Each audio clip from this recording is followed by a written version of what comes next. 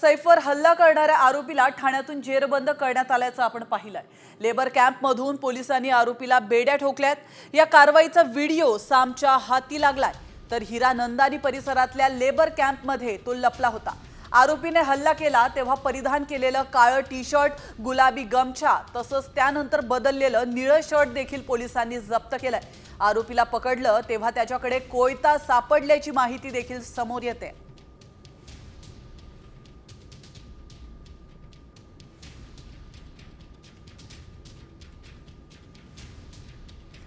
तर आपण पाहतोय सैफ अली खान हल्ला प्रकरणातील आरोपीला कोर्टात हजर केलं गेलंय।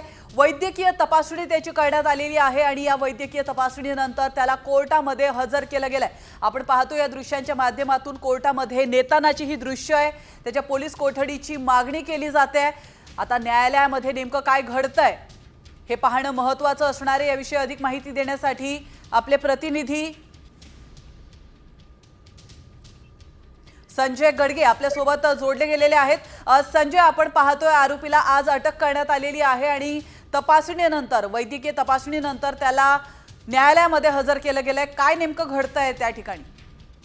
निश्चित आहे, आरोपीला अटक करून त्याची वैद्यकीय तपासणी केल्यानंतर आता न्यायालयात हजर करण्यात आलेलं आहे आणि न्यायालयात जेव्हा आरोपीला हजर करण्यात आलं, न्यायाधीशांनी सर्वप्रथम त्याला त्याच्या चेहऱ्यावरील जो मास्क होता तो काढण्यासाठी सांगितलं, त्याचा चेहरा दाखवण्यासाठी सांगण्यात आलं आणि यानंतर आरोपीला जे आहे ते न्यायाधीशांनी त्याचं नाव देखील विचारलं होतं आणि आपलं नाव देखील न्यायाधीशांनी सांगितलं।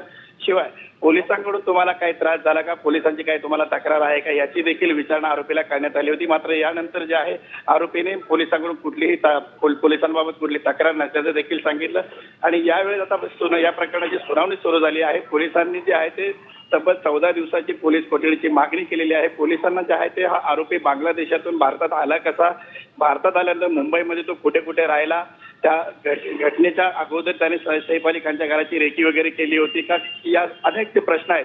त्याने चाकू कुठून घेतला, कपडे कुठे बदलली किंवा सैफ अली खानच्या घरातील काही लोकांनी त्याला मदत वगैरे केली का, असे अनेक प्रश्न जे आहेत ते या प्रश्नांची उत्तरं देखील आता पोलिसांना घ्यायची। त्यासाठी पोलिसांकडून आता 14 दिवसाची पोलीस कोठडी ची मागणी देखील करण्यात येते। धन्यवाद संजय, तुम्ही दिलेल्या महत्त्वपूर्ण माहितीबद्दल। आपण पाहतोय सैफ अली खान हल्ला प्रकरणातील आरोपीला आता कोर्टामध्ये हजर करण्यात आलेला आहे आणि आता प्रश्न उत्तरे या ठिकाणी सुरू आहेत। या आरोपीला न्यायालयामध्ये काही प्रश्न विचारण्यात आलेत।